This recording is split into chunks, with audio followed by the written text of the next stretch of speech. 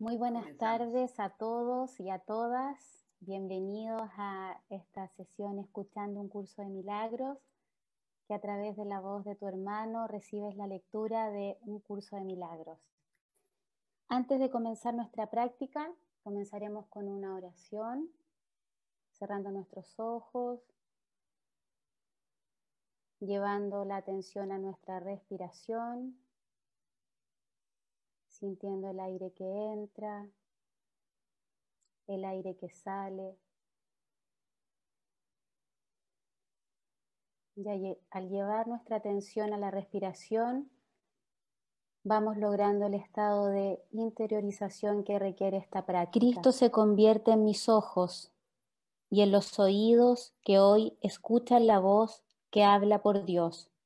Padre, vengo a ti a través de aquel que es tu Hijo, así como mi verdadero ser. Respiramos profundo y decimos amén. Y comenzamos capítulo 4, sección 5, la ilusión del ego-cuerpo. Todas las cosas obran conjuntamente para el bien. En esto no hay excepciones, salvo a juicio del ego. El ego se mantiene extremadamente alerta con respecto a lo que le permite llegar hasta la conciencia. Y esa no es la manera en que una mente equilibrada se mantiene ecuánime. El desequilibrio del ego se acentúa aún más porque mantiene su motivación principal oculta de tu conciencia y hace que el control predomine sobre la cordura. El ego tiene todas las razones del mundo para hacer esto, dado el sistema de pensamiento que le dio origen y al que sirve, puesto que el sano juicio juzgaría irrevocablemente contra él. El ego lo tiene que eliminar en aras de su propia supervivencia. Una de las causas principales del estado de desequilibrio del ego es su falta de discernimiento entre el cuerpo y los pensamientos de Dios. Los pensamientos de Dios son inaceptables para el ego, porque apuntan claramente al hecho de que Él no existe. El ego, por lo tanto, los distorsiona o se niega a aceptarlos, pero no puede hacer que dejen de existir. El ego, por consiguiente, trata de ocultar no solo los impulsos inaceptables del cuerpo, sino también los pensamientos de Dios, ya que ambos suponen una amenaza para él. Dado que lo que básicamente le preocupa es su propia supervivencia ante cualquier amenaza, el ego los percibe a ambos como si fueran lo mismo. Y al percibirlos, así evita ser aniquilado, como de seguro lo sería en presencia del conocimiento. Cualquier sistema de pensamiento que confunda a Dios con el cuerpo no puede ser por menos que ser demente. Sin embargo, esa confusión es esencial para el ego, que juzga únicamente en función de lo que supone o no una amenaza para él. En cierto sentido, su temor a Dios es, cuando menos, lógico, puesto que la idea de Dios hace que el ego se desvanezca. Pero que le tenga miedo al cuerpo, con el que se identifica tan íntimamente, no tiene ningún sentido. El cuerpo es el hogar que el ego ha elegido para sí. Esta es la única identificación con la que se siente seguro, ya que la vulnerabilidad del cuerpo es su mejor argumento de que tú no puedes proceder de Dios. Esta es la creencia que el ego apoya fervientemente. Sin embargo, odia al cuerpo porque no lo considera lo suficientemente bueno como para ser su hogar. En este punto, es donde la mente queda definitivamente aturdida. Habiéndole dicho el ego que ella es realmente parte del cuerpo y que el cuerpo es su protector, también le dice que el cuerpo no puede protegerla. Por consiguiente, la mente inquiere. ¿Dónde puedo entonces encontrar protección? A lo que el ego responde, en mí. La mente, y no sin razón, le recuerda al ego que él mismo ha insistido en que con lo que él está identificado es con el cuerpo, de modo que no tiene objeto recurrir a este para obtener protección. El ego no dispone de una respuesta plausible para esto, puesto que no lo hay, pero sí dispone de una solución típica. Elimina la pregunta de la conciencia. Una vez fuera de la conciencia, la pregunta puede producir desasosiego y de hecho lo produce, pero no puede ser contestado porque no puede ser planteado. Esa es la pregunta que debes hacerte. ¿A dónde debo acudir en busca de protección? Busca y hallarás. No significa que tengas que buscar ciega y desesperadamente algo que no podrías reconocer. La búsqueda que tiene sentido se emprende consistentemente, se organiza consistentemente y se dirige consistentemente. El objetivo debe formularse claramente y luego tenerse siempre presente. Aprender y querer aprender son inseparables. Te resulta más fácil aprender cuando crees que lo que estás tratando de aprender tiene valor para ti. Ahora bien, no todo lo que tal vez quieras aprender tiene valor duradero. En realidad, muchas de las cosas que quieres aprender tal vez las hayas escogido precisamente porque su valor es efímero. El ego cree que es una ventaja no comprometerse con nada que sea eterno, ya que lo eterno solo puede proceder de Dios. La eternalidad es la única función que el ego ha tratado de desarrollar, si bien ha fracasado repetidamente. El ego transige con la cuestión de lo eterno, al igual que con todas las cuestiones que de algún modo tienen que ver con la verdadera pregunta, la cual espera encubrir y mantener fuera de la conciencia, ocupándose de asuntos marginales. La tendencia típica del ego de estar continuamente ocupado con nimiedades tiene como objeto apoyar ese propósito. Uno de sus ardides favoritos para obstaculizar el aprendizaje es embarcarse en problemas diseñados de tal manera que su resolución sea imposible. La pregunta que nunca formulan quienes se embarcan en tales maniobras dilatorias es ¿para qué? Esa es la pregunta que tú tienes que aprender a plantear en relación con todo. ¿Qué propósito tiene esto? Sea cual fuere, dirigirá tus esfuerzos automáticamente. Cuando tomas una decisión con respecto a un propósito, tomas una decisión con respecto a los esfuerzos que vas a llevar a cabo en el futuro. Y esa decisión permanecerá en vigor a menos que cambies de parecer. Capítulo 4, sección 6. Las recompensas de Dios. El ego no reconoce el verdadero origen de la amenaza y si tú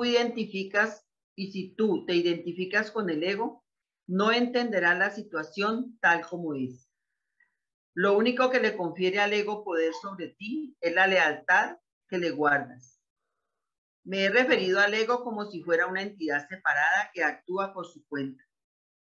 Esto ha sido necesario para persuadirte de que no puedes descartarlo a la ligera y de que tienes que darte cuenta de cuán extensa es la parte de tu pensamiento que él controla.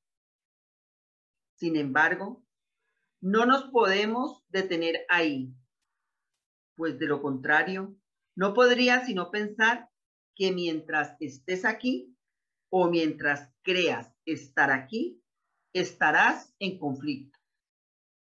El ego no es más que una parte de lo que crees acerca de ti.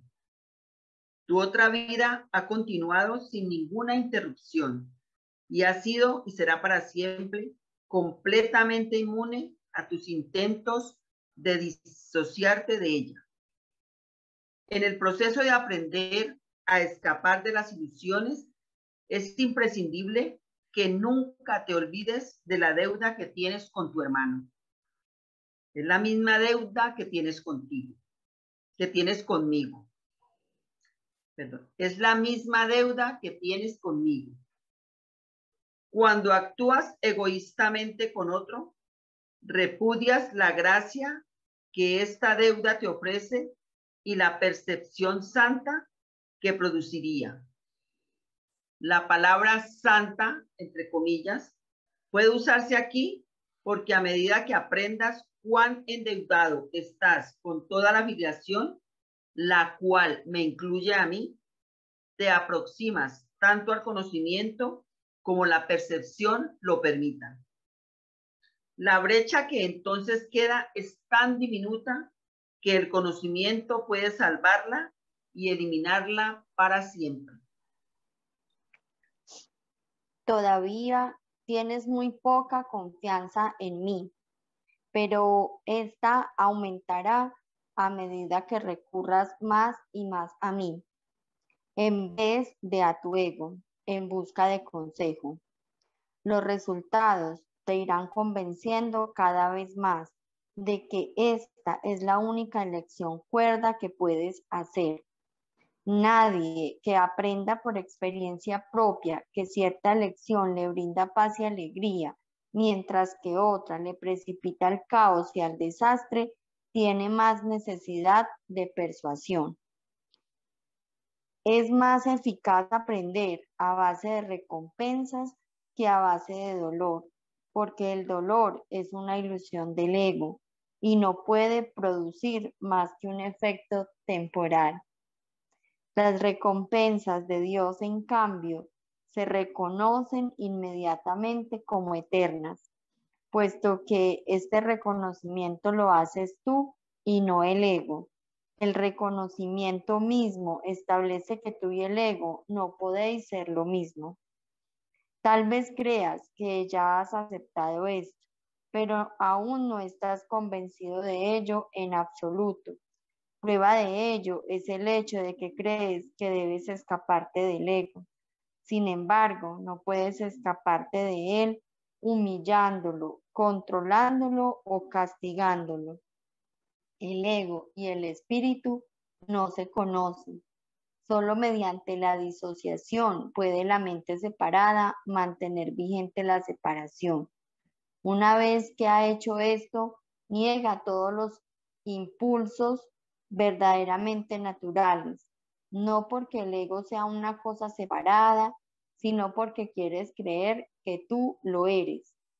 El ego es un mecanismo para seguir albergando esta creencia, pero sigue siendo únicamente tu decisión de usar tal mecanismo lo que lo perpetúa. ¿Cómo puedes enseñarle a alguien el valor de algo que él mismo ha desechado deliberadamente? Tiene que haberlo desechado porque no le atribuyó ningún valor. Lo único que puedes hacer es mostrarle cuánta infelicidad le causa su ausencia e írselo acercando lentamente para que pueda ver cómo mengúa su infortunio según se le aproxima. Esto le enseña a asociar su infelicidad con la ausencia de lo que desechó y lo opuesto a la infelicidad con su presencia. Comenzará a desearlo gradualmente a medida que cambie de parecer con respecto a su valor. Te estoy enseñando a que asocies la infelicidad con el ego y la felicidad con el espíritu. Tú te has enseñado a ti mismo lo contrario. Sigues siendo libre de elegir, mas a la vista de las recompensas de Dios, ¿puedes realmente desear las recompensas del ego? De momento, la confianza que yo tengo en ti es mayor que la que tú tienes en mí. pero no siempre será así. Tu misión es muy simple. Se te pide que vivas de tal forma que demuestre que no eres un ego. Y yo no me equivoco al elegir los canales de Dios. El Santísimo comparte mi confianza y acepta mis decisiones con respecto a la expiación, porque mi voluntad nunca está en desacuerdo con la suya. Dije anteriormente que yo estoy a cargo de la expiación. Esto es así debido únicamente a que llevé a término el papel que me correspondía en ella como hombre, y ahora la puedo completar a través de otros. Los canales que he elegido no pueden fallar porque les prestaré mi fortaleza mientras las de ellos sea insuficiente. 7. Iré contigo al Santísimo, y mediante mi percepción, Él podrá salvar la diminuta brecha. Tu gratitud hacia tu hermano es la única ofrenda que quiero. Yo se la llevaré a Dios por ti, sabiendo que conocer a tu hermano es conocer a Dios. Si le estás agradecido a tu hermano, le estarás agradecido a Dios, por lo que Él creó. Mediante tu gratitud podrás llegar a conocer a tu hermano y un momento de verdadero reconocimiento convierte a todo el mundo en tu hermano, porque cada uno de ellos es hijo de tu Padre. El amor no conquista todas las cosas, pero sí las pone en su debido lugar. Puesto que tú eres el reino de Dios, te puedo conducir de vuelta a tus propias creaciones. Ahora no las reconoces, pero aquello de lo cual te has disociado aún se encuentra ahí. A medida que te acercas a un hermano, te acercas a mí, y a medida que te alejas de él, la distancia entre tú y yo aumenta. La salvación es una empresa de colaboración. No la pueden emprender con éxito aquellos que se desvinculan de la filiación, porque al hacer eso se desvinculan de mí. Dios acudirá a ti solo en la medida en que se lo ofrezcas a tus hermanos. Aprende primero de ellos y estarás listo para oír a Dios. Eso se debe a que el amor solo tiene una función. 7. Creación y comunicación. Está claro que si bien el contenido de cualquier ilusión particular del ego es irrelevante, su corrección es más útil dentro de un contexto específico. Las ilusiones del ego son muy concretas, aunque la mente es naturalmente abstracta. Parte de la mente, no obstante, se vuelve concreta al dividirse. La parte concreta cree en el ego porque el ego depende de lo concreto.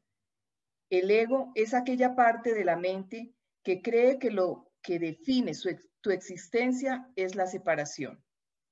2. Lo único que el ego percibe es un todo separado, desprovisto de las relaciones que presupone el estado de ser. El ego, por lo tanto, está en contra de la comunicación, excepto cuando se utiliza para establecer separación en vez de para abolirla. El sistema de comunicación del ego se basa en su propio sistema de pensamiento, al igual que todo lo demás que él impone. Su comunicación está controlada por la necesidad que tiene de protegerse e interrumpirá la comunicación siempre que se sienta amenazado. Esta interrupción es una reacción hacia una o varias personas determinadas. El carácter específico de la manera de pensar del ego da lugar entonces a generalizaciones falsas que no son realmente abstractas en absoluto. El ego simplemente responde de ciertas formas específicas a todo lo que percibe como relacionado. El espíritu, en cambio, reacciona de la misma manera a todo lo que sabe que es verdadero y no responde en absoluto a nada más. Tampoco hace ningún esfuerzo por establecer lo que es verdad. Él sabe que lo único que es verdad es lo que Dios creó. El espíritu está en completa y directa comunicación con todos los aspectos de la creación, debido a que está en completa y directa comunicación con su creador.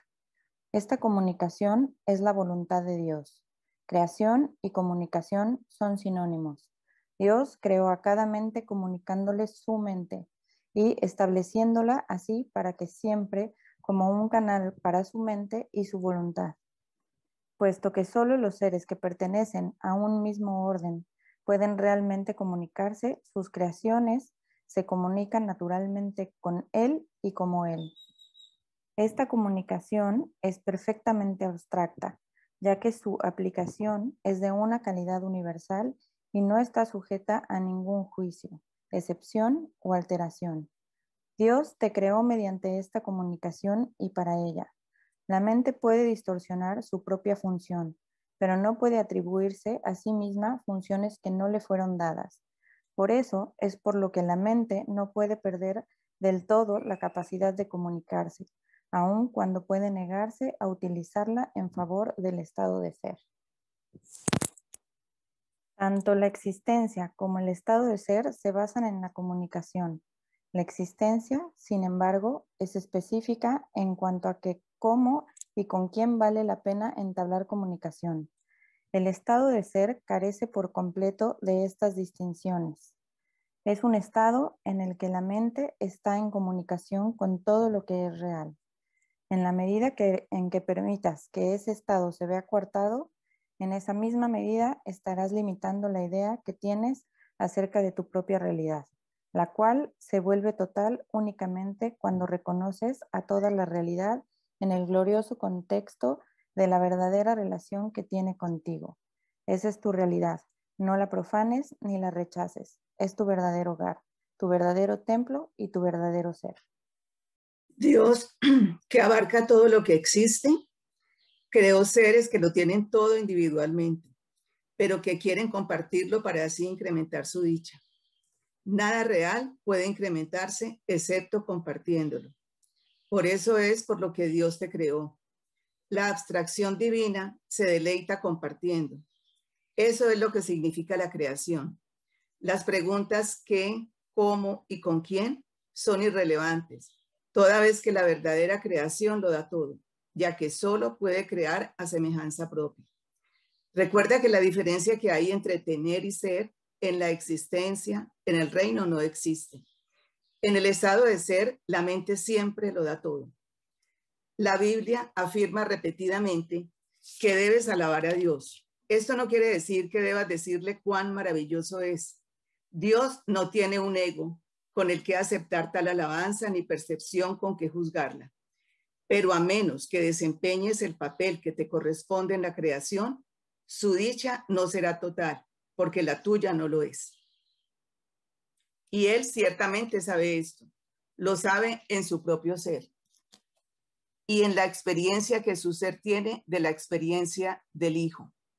El constante fluir de su amor se obstruye cuando sus canales están cerrados y se siente solo cuando las mentes que Él creó no se comunican plenamente con Él. Dios ha salvaguardado tu reino, pero hasta que no lo conozcas con toda tu mente, Él no puede compartir su gozo contigo. La revelación no es suficiente porque es una comunicación de Dios hacia ti solamente. Dios no tiene necesidad de que se le devuelva la revelación, lo cual sería claramente imposible, pero sí desea que se transmita a otros. Esto no se puede hacer con la revelación en sí, pues su contenido no puede ser expresado debido a que es algo sumamente personal para la mente que lo recibe. No obstante, dicha mente lo puede extender a otras mentes mediante las actitudes generadas por la sabiduría que se deriva de la revelación. Dios es alabado cada vez que una mente aprende a ser completamente servicial. Esto, sin embargo, es imposible a menos que también aprenda a ser completamente inofensivo, pues ambos conceptos tienen que coexistir. Los que son verdaderamente serviciales son a su vez invulnerables, porque no protegen a sus egos y por lo tanto nada puede hacerles daño. Su espíritu servicial es la manera en que alaban a Dios, y Él les devolverá las alabanzas que le hagan, porque ellos son como Él y pueden regocijarse juntos. Dios se extiende hasta ellos y por medio de ellos, y una gran alegría hunde por todo el reino. Cada mente que ha sido transformada contribuye a aumentar esta alegría al estar individualmente dispuesta a compartirla. Los verdaderamente serviciales son los obradores de milagros de Dios, a quienes yo dirijo hasta que estemos todos unidos en el júbilo del reino. Te dirigiré allí donde puedes ser verdaderamente servicial y a quien pueda seguir mi dirección a través de ti. Capítulo 5, curación y plenitud. Introducción. Curar es hacer feliz. Te he dicho que pensases en las muchas oportunidades que has tenido de regocijarte y en las muchas que has dejado pasar. Esto es lo mismo que decirte que has rehusado sanar. Tu luz es la luz de la dicha. El resplandor no está asociado con la aflicción. La dicha suscita que uno esté completamente dispuesto a compartirla y fomenta el impulso de la mente de responder cual una sola. Quienes intentan curar sin ser ellos mismos completamente dichosos, suscitan diferentes respuestas a la vez y por consiguiente privan a otros de la dicha de responder de todo corazón. Para poder actuar de todo corazón, tienes que ser feliz. Si el miedo y el amor no pueden coexistir, y si es imposible estar completamente atemorizado y seguir viviendo, el único estado de plenitud posible es el del amor. No existe diferencia alguna entre el amor y la dicha. Por lo tanto, el único estado posible de plenitud es el de absoluta dicha. Curar o hacer feliz es, por lo tanto, lo mismo que integrar y unificar. Por eso es por lo que no importa a qué parte de la afiliación se le ofrece la curación o qué parte la lleva a cabo. Todas las partes se benefician y se benefician por igual. Todo pensamiento benévolo que cualquiera de tus hermanos abrigue en cualquier parte del mundo te bendice. Deberías querer bendecirles a su vez como muestra de agradecimiento. No tienes que conocerlos personalmente ni ellos a ti. La luz es tan potente que irradia a través de toda la filiación, la cual da gracias al Padre por irradiar su dicha sobre ella. Únicamente los santos hijos de Dios son canales dignos de su hermosa dicha, porque solo ellos son lo suficientemente hermosos como para conservarla compartiéndola. Es imposible que un hijo de Dios pueda amar a su prójimo de manera diferente de como se ama a sí mismo. De ahí que la plegaria del sanador sea: permíteme conocer a este hermano como me conozco a mí mismo. 1. La invitación al Espíritu Santo. La curación es un pensamiento por medio del cual dos mentes perciben su unidad y se regocijan. Su gozo exhorta a todos los miembros de la filiación a que se regocijen junto con ellas y permite que Dios acuda a ellas y se manifieste a través de ellas. Solo la mente sana puede experimentar una revelación de efectos duraderos, porque la revelación es una experiencia de pura dicha. Si no eliges ser completamente dichoso, tu mente no puede tener lo que no elige ser. Recuerda que para el espíritu no hay diferencia alguna entre tener y ser. La mente superior piensa de acuerdo con las leyes que el espíritu obedece y por lo tanto honra únicamente las leyes de Dios. Para el espíritu, obtener no significa nada y darlo es todo. Al tenerlo todo, el espíritu lo conserva dándolo y de este modo crea de la misma manera que el Padre creó. Aunque Aunque esta manera de pensar no tiene nada que ver con la posesión de bienes materiales, aún la mente inferior le resulta comprensible en conexión con ideas. Si compartes una posesión física, ciertamente divides su propiedad, mas si compartes una idea, no la debilitas. Toda ella te sigue perteneciendo aunque la hayas dado completamente. Lo que es más, si aquel a quien se la has dado la acepta como suya, eso la refuerza en tu mente y por lo tanto la expande.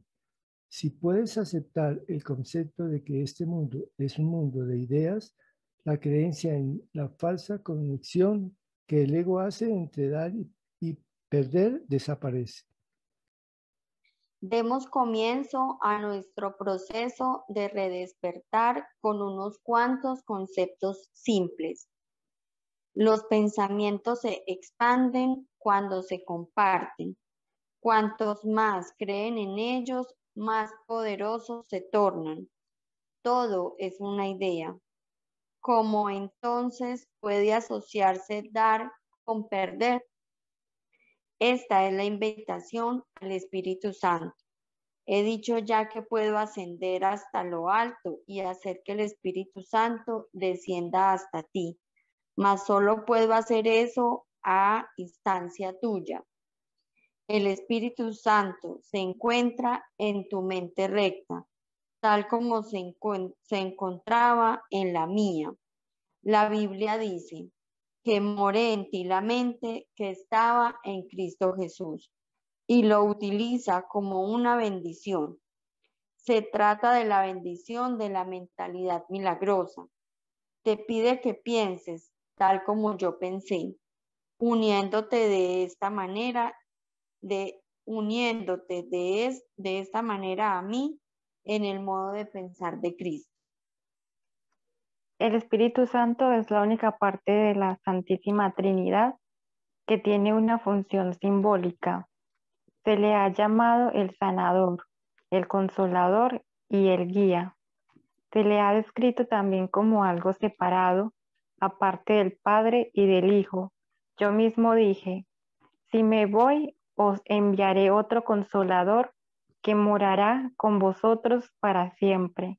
Su función simbólica hace que él sea difícil de entender, ya que todo simbolismo se presta a diferentes interpretaciones, como hombre y también como una de las creaciones de Dios.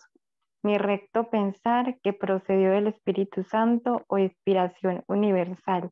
Me enseñó en primer lugar y ante todo que esta inspiración es para todos. Yo mismo no hubiese podido gozar de ella de no haber sido esto. La palabra sabido es apropiada en este contexto porque el Espíritu Santo está tan próximo al conocimiento que lo evoca, o mejor dicho, facilita su llegada.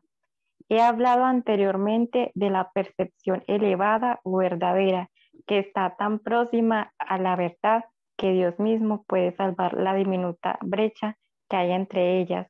El conocimiento está siempre listo para fluir a cualquier parte, pero no puede oponerse a nada. Puedes, por consiguiente, obstruirlo, pero jamás perderlo. El Espíritu Santo es la mente de Cristo, la cual es consciente del conocimiento que yace más allá de la percepción. El Espíritu Santo comenzó a existir como medio de protección al producirse la separación, lo cual inspiró simultáneamente el principio de la expiación. Antes de eso no había necesidad de curación, pues nadie estaba desconsolado. La voz del Espíritu Santo es la llamada a la expiación, es decir, a la restitución de la integridad de la mente. Cuando la expiación se complete y toda la filiación sane, dejará de haber una llamada a retornar, pero lo que Dios crea es eterno. El Espíritu Santo permanecerá con los hijos de Dios para bendecir las creaciones de estos y mantenerlas en la luz de la dicha.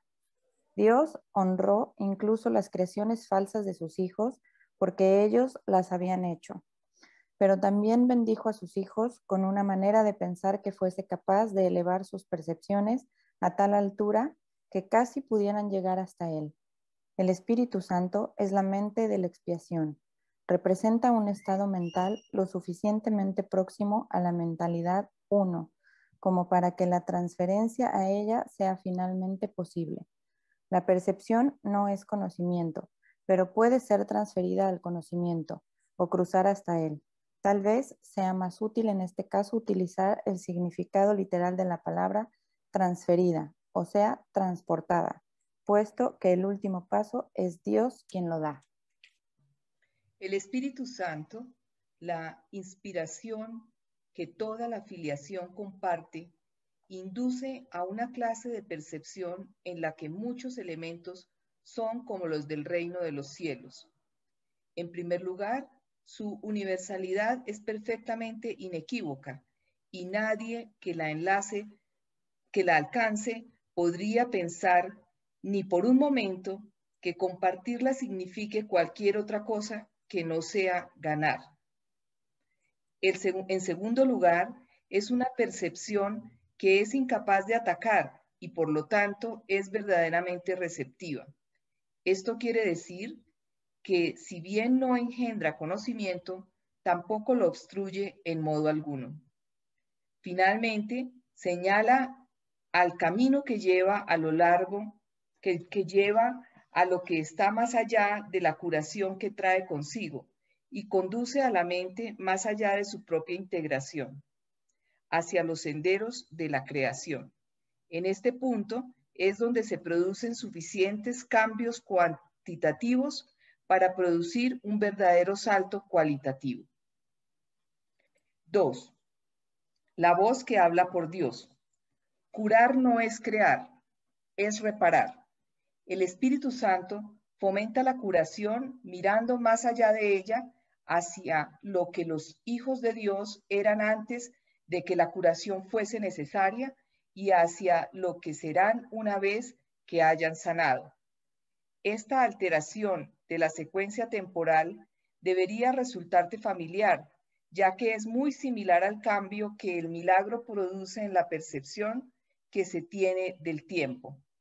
El Espíritu Santo es la motivación para alcanzar la mentalidad milagrosa, la decisión de subsanar la separación renunciando a ella.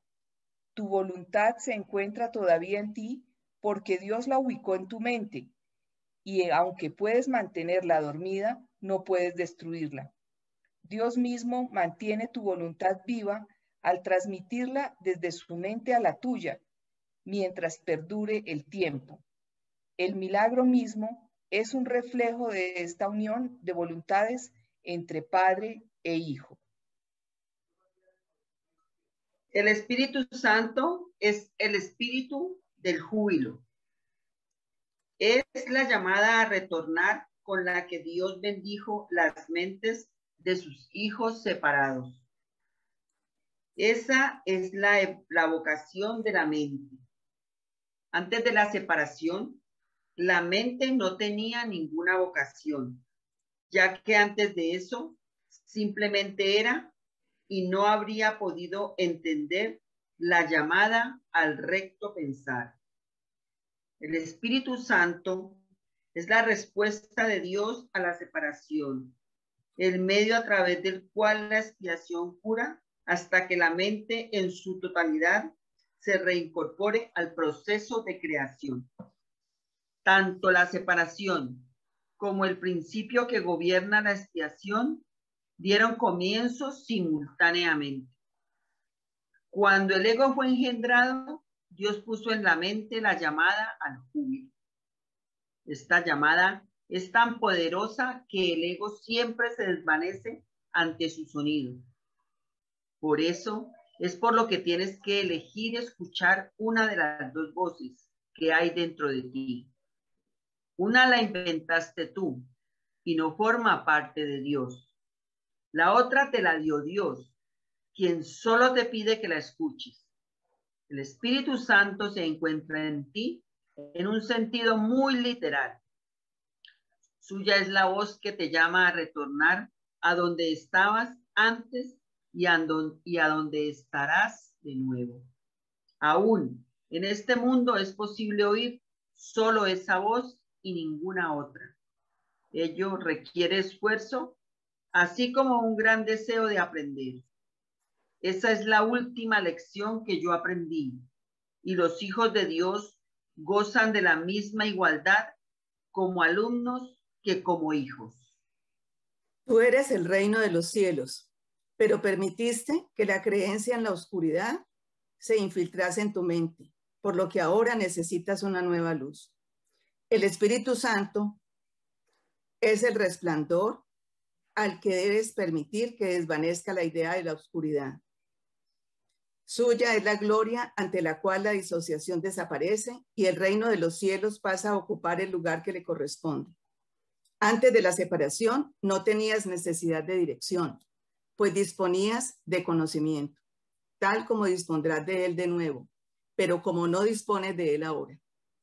Dios no guía porque lo único que puede hacer es compartir su perfecto conocimiento. Guiar entraña evaluación, ya que implica que hay una manera correcta de proceder y otra incorrecta, una que se debe escoger y otra que se debe evitar. Al escoger una, renuncias a la otra. Elegir al Espíritu Santo es elegir a Dios. Dios no está dentro de ti en un sentido literal. Más bien, tú formas parte de él. Cuando elegiste abandonarlo, te dio una voz para que le hablase por él, pues ya no podía compartir su conocimiento contigo libremente. La comunicación directa se interrumpió cuando inventaste otra voz. El Espíritu Santo te insta tanto a recordar como a olvidar. Has elegido estar en un estado en el que los opuestos son posibles. Como resultado, hay ciertas decisiones que tienes que tomar. En el estado de santidad, la voluntad es libre, de modo que su poder creador es ilimitado y elegir no tiene sentido. El poder de elegir es el mismo poder que el de crear, pero su aplicación es diferente. Elegir implica que la mente está dividida. El Espíritu Santo es una de las alternativas que puedes elegir. Dios no dejó a sus hijos desconsolados a pesar de que ellos decidieran abandonarlo. La voz que ellos pusieron en sus mentes no era la voz de su voluntad, en favor de la cual habla el Espíritu Santo. La voz del Espíritu Santo no da órdenes porque es incapaz de ser arrogante. No exige nada porque su deseo no es controlar. No vence porque no ataca. Su voz es simplemente un recordatorio. Es apremiante únicamente por razón de lo que te recuerda. Le ofrece a tu mente el otro camino, permaneciendo serena aún en medio de cualquier confusión a que puedas dar lugar. La voz que habla por Dios es siempre serena porque habla de paz. La paz es más poderosa que la guerra porque sana. La guerra es división, no expansión. Nadie gana la batalla. ¿Qué saca un hombre con ganar el mundo entero si con ello pierde su propia alma? Si le prestas oído a la voz que no debes, pierdes de vista tu alma. En realidad no puedes perderla, pero puedes no conocerla. Por lo tanto, te parecerá que la has perdido hasta que elijas correctamente. El Espíritu Santo es tu guía a la hora de elegir. Reside en la parte de tu mente que siempre habla en favor de la elección correcta porque habla por Dios. Él es el último nexo de comunicación que te queda con Dios, comunicación que puedes interrumpir, pero no destruir. El Espíritu Santo es el vehículo mediante el cual la voluntad de Dios se cumple así en la tierra como en el cielo. Tanto el cielo como la tierra están en ti porque la llamada de ambos está en tu mente. La voz de Dios procede de los altares que le has erigido a Él. Estos altares no son objetos, son devociones. Sin embargo, ahora tienes otras devociones. Tu devoción dividida te ha dado dos voces y ahora tienes que decidir en qué altar quieres servir. La llamada que contestas ahora es una evaluación porque se trata de una decisión. La decisión es muy simple. Se toma sobre la base de qué llamada es más importante para ti. Mi mente será siempre como la tuya porque fuimos creados iguales. Fue solo la decisión que tomé lo que me dio plena potestad tanto en el cielo como en la tierra. El único regalo que te puedo hacer es ayudarte a tomar la misma decisión. Inherente a esta decisión es la decisión de compartirla, pues la decisión en sí es la decisión de compartir. Se toma mediante el acto de dar y es, por lo tanto, la única alternativa que se asemeja a la verdadera creación.